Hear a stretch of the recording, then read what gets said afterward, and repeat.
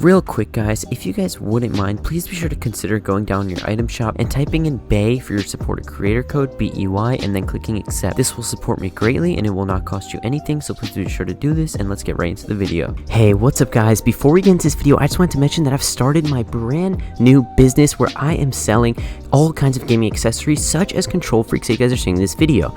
I'm selling these control freaks for cheaper than what they are on the Control Freaks website, and the shipping is completely free. You guys can get these at a discount, the exact same quality, the exact same product, and many others on my website. So please be sure to go check it out. Link in the description and in the pinned comment. Now, without further ado, let's get right into this video. Also, one final thing guys, all the gameplay in this video was recorded live at twitch.tv/beyondfps. It was streamed there. I play tons of games every single day. I'm probably streaming when this video is live. If I'm not, be sure to go and drop a follow because I will be streaming very consistently, and I just hit 900 followers, so please be sure to go and join my Twitch fan base over there. Also guys, please be sure to hit the thumbs up button and subscribe. I make tons of tips and tricks videos to help you guys out, and if they do, please subscribe. It'll help me out a ton, and a lot of people that are watching these videos are not subscribed, so please be sure to do this right now. And without further ado, let's get right into this video. So in this video today, we're going to be going over some of the best tips to master and practice claw. Many of you that are playing claw have probably experienced a lot of pain or a lot of problems with learning it in general, especially with the learning curve that comes in the beginning when you first switch. There's a lot of things that I've taken into consideration and things that I've thought about to bring you guys this video, and the tips and tricks in this video will basically address every single problem and every single thing that you might run into when trying to learn it. So without further ado, let's get right into it.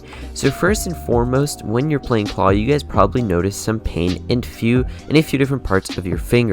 The first is this area right here, and this basically comes from clicking, and the next is the joints that are in these areas. These are because of the way that you're bending your finger, and as you guys can see, if you're holding your controller like this, it does look very uncomfortable and it can cause pain in the long run, as well as that side area on your finger. And as you guys can see, my grip on the controller right now is in a place where there's less kind of denting in the joint, and if you guys look at it, you'll see that my finger is a lot more relaxed when I'm holding it more farther than close. This is one cool trick to make claw easier on your hands, and if you're holding it closer, you'll see that there's basically more like turning in the finger, and that's not good. So try to hold your controller more distal and more like farther on your right hand. So don't necessarily put it in your palm, but instead hold it with your fingers, and this will make it easier for your pointer finger to deal with that stress of it being bent in that way. Now, what you're watching right now is basically just how I would normally hold my controller when I'm playing claw. As you guys can see, what I do with my pointer finger is I use it to click these buttons, and I use all my other fingers to click the rest of the buttons on the controller. But sometimes I'll actually bring my pointer finger back up to the bumper in order to give it a break while I'm playing. And then whenever I need to switch mode or do something else, I'll bring it back. And what this will do is give it a nice little break. And I also don't have any pals on the back of my Elite controller, in case you guys were wondering. So I do play this like a standard player. And sometimes I'll use my left hand to actually claw with my analog stick so that I can click the D-pad, and I'll basically just move my hands a lot around my controller. By doing this, what I'm essentially doing is giving my hands lots of breaks with all the different positions that I'm putting them in. This will stop the pain significantly, and it will also help you guys learn it better because you won't basically have that awkward feeling when you start playing claw, since you're going to be switching up your grip a lot. So what you're basically going to be doing is going to be making it easier for your body to get used to it and for your muscle memory to adapt, because you're constantly switching between playing claw and playing with the standard grip, which will basically make it easier for your transition for those of you that haven't ever played claw before. So basically, if you haven't ever played claw before, and even if you have, I suggest switching between claw and standard while you're playing, just because the fact that it'll make it easier on your fingers. There will be less stress on your joints, there will be less kind of pressure on your finger in general, and at the same time it will become easier to learn it because you have a lot of time playing on the standard grip. And the fact of the matter is that even if your finger isn't exactly where you need it to be when you're going to click, it doesn't take that long to just switch it over, and it can be done very quickly. So you're not falling at a disadvantage whatsoever by basically not playing like that. In fact, what you're doing is you're giving yourself an advantage over other players because you won't be running into as many problems with pain and with basically like joint wear down or anything like that, because you'll be giving it lots of rest and breaks, and you'll only be using that claw when you need to. And the learning process also becomes easier because you're switching between claw and standard, meaning that whichever situation where you need claw the most or where you need to play on standard the most, you can play on either or. You're not limiting yourself to just playing on one specific kind of input and you're actually using multiple different ones. This is my trick to learning claw, and this was the way that I became really good at it. When I first started playing claw, I didn't actually do it on purpose. I did it naturally by accident because I was basically playing very competitively and I needed to press the buttons without taking my finger off of the aim button. So I naturally brought my pointer finger up and used it to switch mode and edit and do stuff like that. And because of this and because of how it just happened, it was very easy for me to start learning it. But also, because the fact that I wasn't doing it on purpose, I didn't just naturally switch to claw and solely claw. I learned to play on a kind of hybrid of both. So basically, the hybrid method is going to be the best method for learning and playing claw in the long run. And it's the one that I've been playing for, I think, almost 2 to 4 years now without having any problems, without having any finger fatigue, any like joint problems, no pain or anything like that.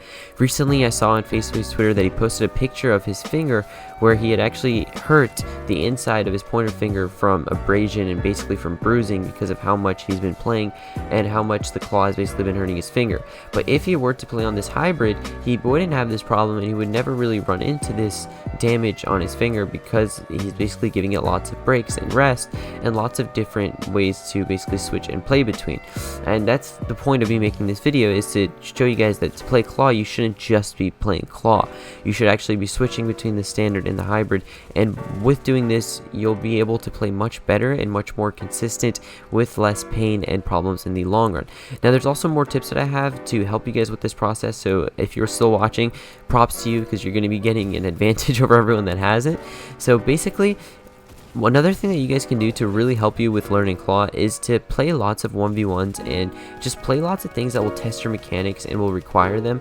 Don't just jump into arena or pubs when you first start to learn claw, because you're not really teaching yourself how to constantly like focus and learn your mechanics. Instead, you're practicing your game sense and other things that don't have to do with claw. When you first switch, you want to put all of your focus on learning how to play claw and basically getting the mechanics down and the muscle memory down. So you really need to put all of your focus on it and not worry about other things such as game sense, decision making, and rotations. So what I suggest doing the first second that you switch is to hop into a creative and play 1v1s with friends or with anyone, and just basically have a constant just constantly test and play with your mechanics so that you can get better at switching between claw and standard, and doing this efficiently in a way where you will have the least amount of pain and the most success with your play style. This next tip for you guys is going to focus on the aiming aspect of claw, because a lot of times when you first switch, because of how weird and uncomfortable it may feel, your aim is probably going to suffer a bit from claw because you're not used to it. So the way that I suggest improving this, and this is a really good suggestion, is to basically practice only playing claw, and do this when you're doing aim maps. So play aim courses in creative and basically just don't take your finger off of the claw and stay on it while you're practicing this. What this will do is it will start to break in the new way that you're holding your controller. And I know that I said before to always switch and not only play on claw, but for aiming and for aim training you always want to stay on claw, because when you're aiming and when you're shooting people, you're usually going to be on claw. You're not going to be on the standard control when you're basically using this. So what you guys want to do is you want to practice solely aiming on claw with that specific grip, and once you've done this, you can then go back into normal game modes and just switch into playing standard and claw at the same time.